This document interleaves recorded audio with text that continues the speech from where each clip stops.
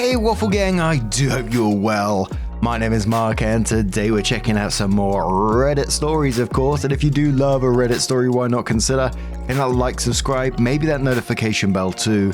And let's crack on with today's first story. Much love, guys. Now today's first story comes from the Petty Revenge subreddit. Yes, you heard that right. From Catless Boy Mum, who says, just desserts. For over 20 years, I have hosted holidays at my place. My sister and her family moved out of state, but are close enough to come back for each holiday. Sounds great, right? Well, not so much.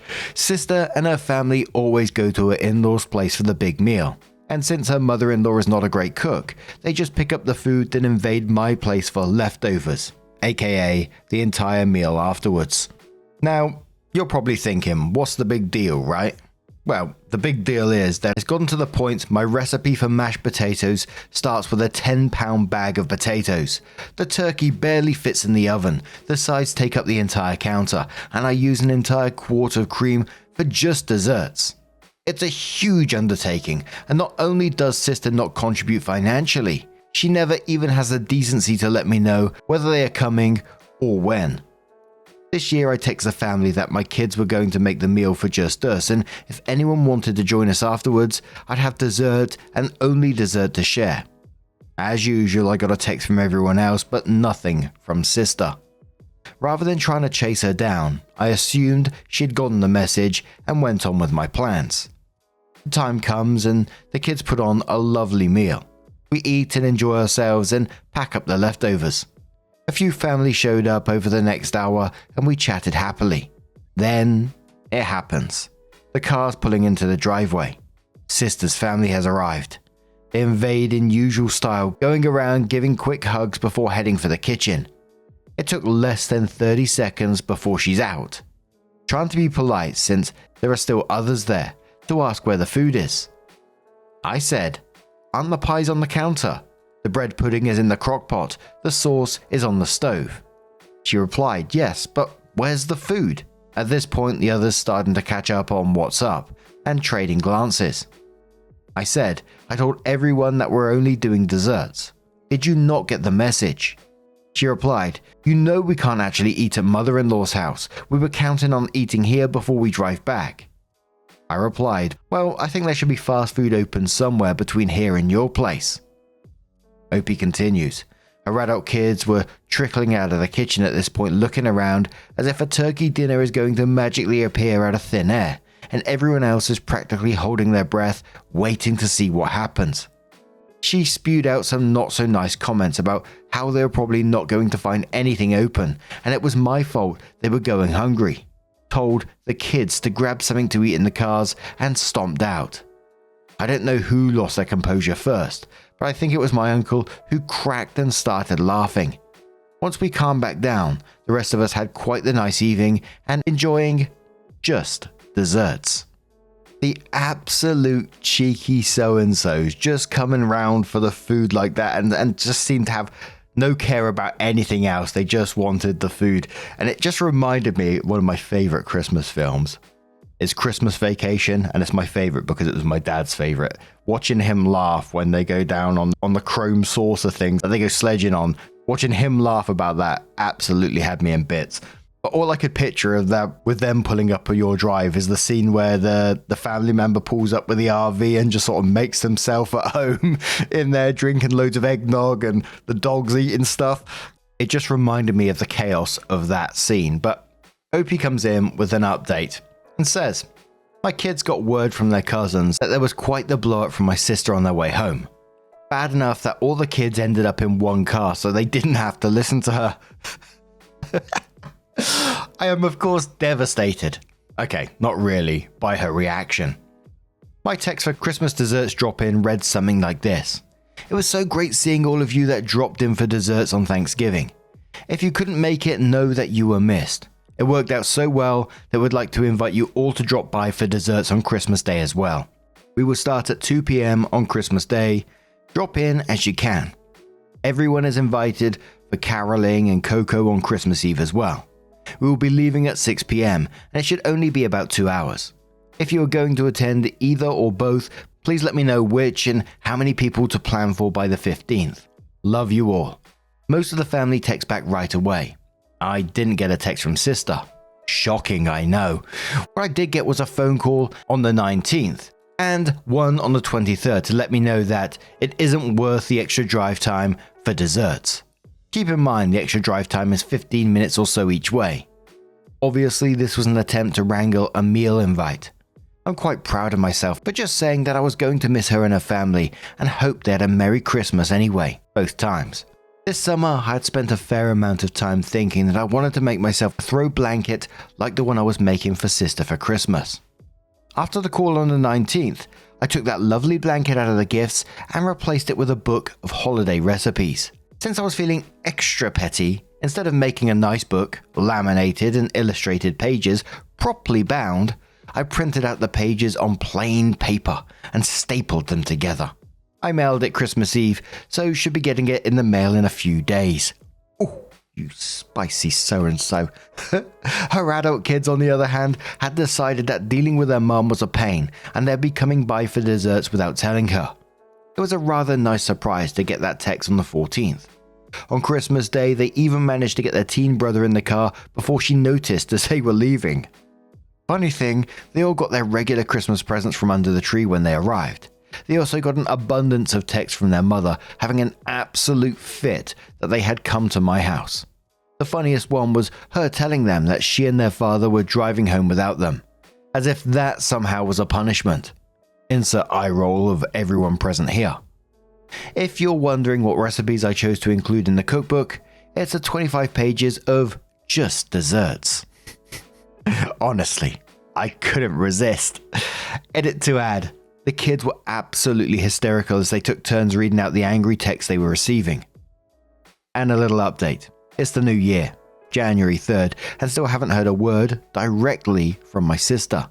I got a text from my niece wanting to know where I purchased the hair accessories I gave her for Christmas. Evidently, sister wants to buy her some. It's been over a decade since I actually bought a Christmas gift for anyone other than my children. Every single one has been handmade, but I guess she never noticed. Insert screaming here. Lucky for me, unlucky for her, the stones I used this year and last were all of that kind I had. So even if I wanted to, I couldn't be suckered into making her a set. Not that I'd be willing to make her anything at all for a very long time. The ungrateful wench. I'm really glad that the adult kids in this situation have broken free thinking that, everything has to go through mum and that you all just got to spend a lovely time together. And it does sound absolutely lovely to be invited around for just desserts. Hell yeah. Hot chocolate too and a little bit of singing. Count me in.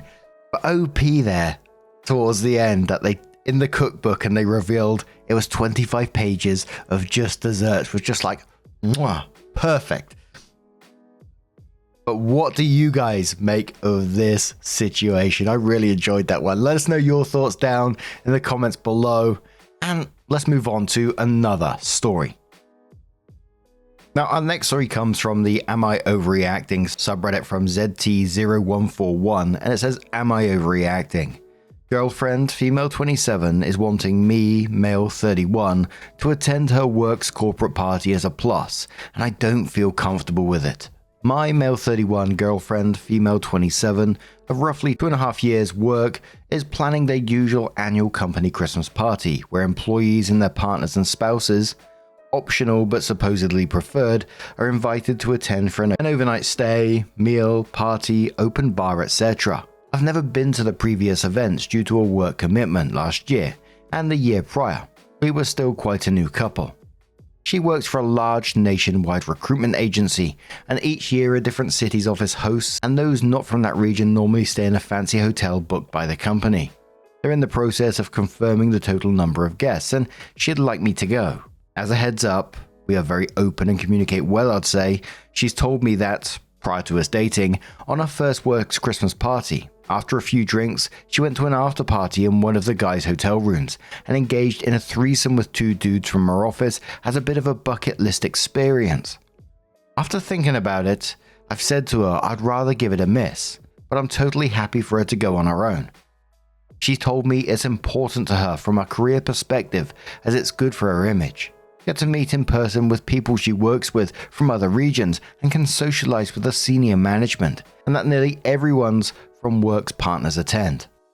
We have still been arguing all this week, and I've been accused of not supporting her career as I've never attended her previous work events, being immature and shaming her. I really honestly don't think any of this. It was something she'd done prior to meeting me. We do hold differing views on sex, as for me, it's always been something special, whereas she views sex as something that's just a bit of fun. This isn't an issue and has actually been good for us as we've learned a lot from each other. I'm even comfortable with the fact that she still works alongside these two guys. I know she's had a lot more sexual partners than me, but as she has always viewed casual sex when she was single as a bit of fun, and I know deep down it wasn't meaningful. Accepting a sexual history is one thing. People are entitled to a sex life. I'm cool with that. The past is the past, but this feels different, as it feels like the present, and socializing at the same party with my girlfriend and the two males that have been intimate with her is a different task. It makes me awkward and uncomfortable. I thought it would be easier to say I'm not attending, having asked if others at her work knew. She said yes, as one or both of the guys did spread rumors afterwards, and also has been office banter and nicknames about it. She said it doesn't bother her. She's confident and the type that would own it. The place gives me finance bro vibes. The thought of shaking hands, making small talk, and share a table for meal with guys who've had sex with my girlfriend is difficult. The context, we're in a good place, rarely argue, and have recently been talking about marriage, having kids, etc., and really have a great relationship all around, and do not want to do anything that would harm her relationship or career. I posted about my situation on another subreddit, but feel like here might be more helpful. Am I overreacting? Turns out, strangers on the internet are actually very helpful.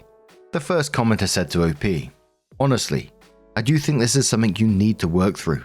Maybe you can avoid going this year, but if she stays with this company at some point, her fiance or husband's refusal to ever go to a work event is going to impact her reputation.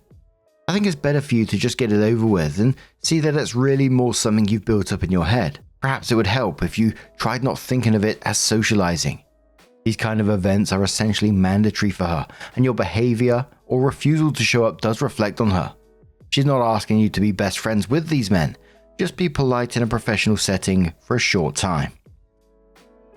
OP responds saying, "Thank you for your response. I do understand not attending prior or future events as a spouse is bad for a reputation, although I feel the previous were valid reasons.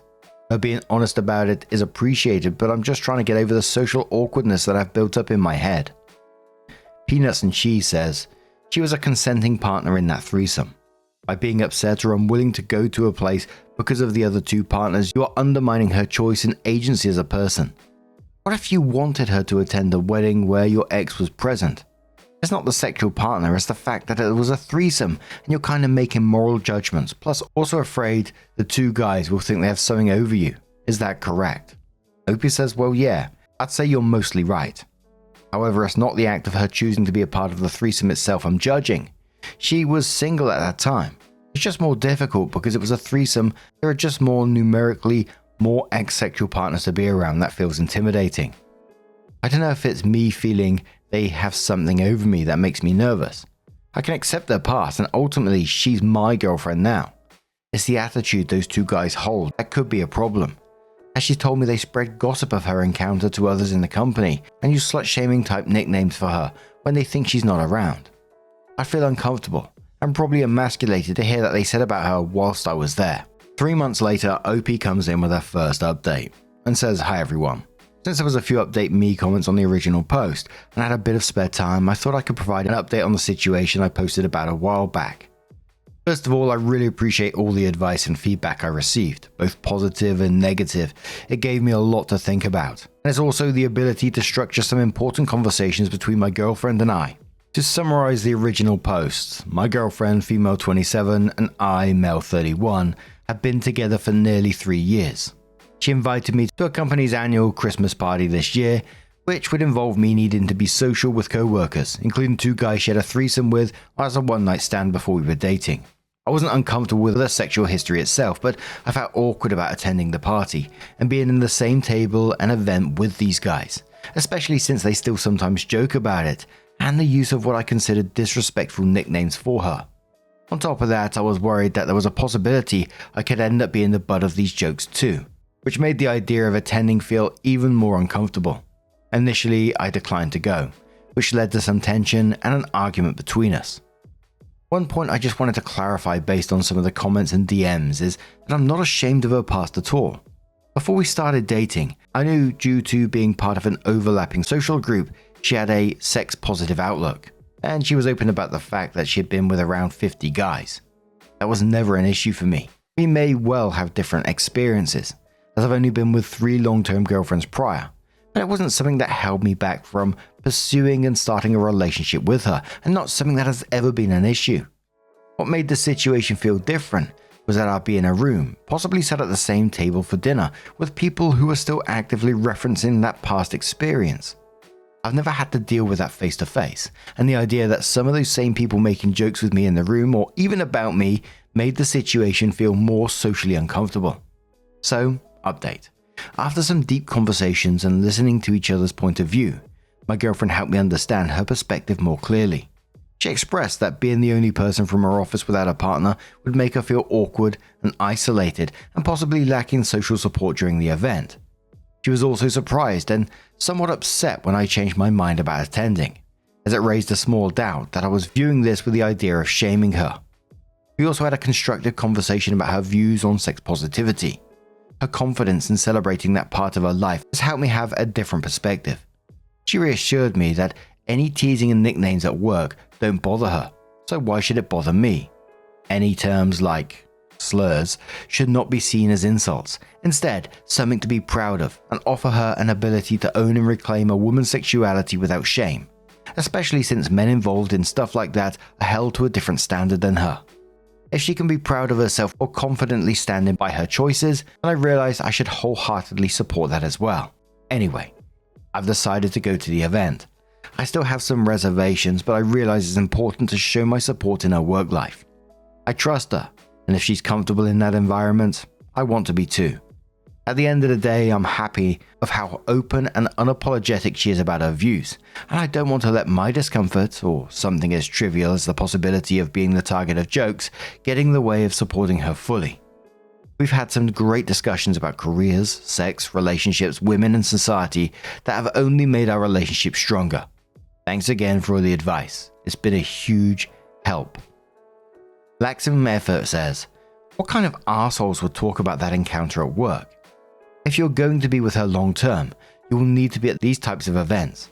If those two make any comments, the easiest is to act like you didn't hear it. Any more of that, you could quip about how she would mention how shitty they were in bed, or say how you look forward to sharing this story with their next girlfriend. Whatever you do, you cannot appear like you were fazed by it. Opie says, from what I know, the company is very much a finance bro vibes, and these guys come across as bragging douchebags. But just because they view something like this the way they do, doesn't mean everyone else should. They should be held to the same standard as her for doing the same thing. 5 months after the original first post, Opie comes in with another update and says, hi all. I previously posted about how I was apprehensive about attending my girlfriend's Christmas party as a +1, as I thought it would be awkward for me, as she previously had a threesome with 2 guys from her work when single at another company event. Now that I'm off work and the various festivities and hangovers are finally gone, I've had a bit of time to process and write an update about this work party that I had previously felt apprehensive about. After posting here, could I please state that obviously I appreciated any positive messages and DMs that have helped me. However, could the bombardment of negative DMs about my relationship please stop? Obviously, after talking to my partner, we decided it would be good for us to attend the night as a couple. I've gotten over my own issues and mindset. Any awkwardness is my own doing, and that our own past choices that she is happy with are not something that I, as a supportive partner, should be holding against her, or something that stops our relationship progressing. Anyway, the venue was pretty fancy, in a nice hotel decked out for Christmas with decent food, live music, and an open bar, which helped. To be honest, my work nights out are pretty low-key in comparison, and also was good to get a free meal and night away. Meeting her co-workers went about as well as could be. Since my girlfriend works in a company with different teams in different cities, the tables were arranged like this for the meal. So we ended up sitting with her team, including the 2 co-workers I'd been worried about. Most people were friendly and welcoming, although I do have to admit the company does have that finance bro vibe I thought it would have. There is a lot of younger people on good salaries with large commission bonuses, who I can see are quite competitive, and admittedly the type of person and environment isn't my scene. I'd find it pretty toxic, but I get it's not my industry, and that's the way these companies work. After the meal, we then moved on to the free bar for the evening for everyone else to mingle. One of the guys was surprisingly easy to get along with. He was with his partner and he came across as genuine and didn't try to make anything awkward. He introduced himself politely and afterwards chatted for 5 to 10 minutes at the bar with me about normal stuff like work and football. Nothing that would be uncomfortable for any of us. Honestly, seemed like a decent guy. The other guy I felt was a different story. He wasn't rude or anything, but there was an energy about him that rubbed me the wrong way. He was there on his own, more happy to chat directly with those he already keeps company with, and had this cocky vibe. At one point he did make a comment which I could have interpreted as a dig, but it was vague and wasn't something I would justify with a reply if it was. The biggest thing for me was that the people who said I shouldn't go were wrong. I had this fear that we could be the target of jokes, or that people would see me as weak for being uncomfortable about the situation. But that didn't happen. Most people either didn't know or didn't care about any past, and if they did, they were respectful enough to leave it alone. The advice I got here about showing up for your significant other and focusing on our relationship instead of what others might think turned out to be spot on. The only thing that really mattered was how she felt and I felt about the night, and she was over the moon that I was there. She told me afterwards how much it meant to her not going on her own, and honestly, that made any awkwardness I felt totally worth it. There is a lot going on in this one story, and I feel like I might take some flack for this one, but always 100% happy to be educated, so take that as you will. And I'm all for sex positivity, etc., etc. But I was just thinking about like the whole career and professionalism. I've never been in an environment like that myself, but you know, it's a good thing if that's what you want. But then to have a threesome with people at your workplace just seems like very odd decision making to me. Sounds like a disaster waiting to happen. And what kind of fucking professional workplace is this? You got people running around slut shaming others within the building. And I just didn't feel like it was actually about being sex positive or supporting her career. I felt like very much you do you, if that's what makes you happy, etc. But I felt like she was expecting her partner to endure, you know, something that was incredibly uncomfortable because the actual problem isn't being addressed, which is her toxic workplace where people are disrespecting her, spreading sexual rumors. And there was hints when he did go to this party that one guy was still being cocky and making digs, whatever it was. That's workplace harassment and it just has to be accepted. No fucking way. I'm not saying she should be ashamed of her sexual history or anything like that. I mean, you would have as many threesomes as you like. You do you. But I would advise you don't do it with your co-workers. I personally thought that, you know, he was okay to feel uncomfortable given what was going on in this story. For me, I felt a bit sad that he was pressured to attend like that. But what do you guys make of this situation? How do you feel about it? Let us know your thoughts down in the comments below. Now, just a huge thank you for being here today, getting involved in the stories, your love, your support, your time. It always means the absolute world to me. So thank you so much for being involved, and hopefully I'll see you in the next one. Take care and much love.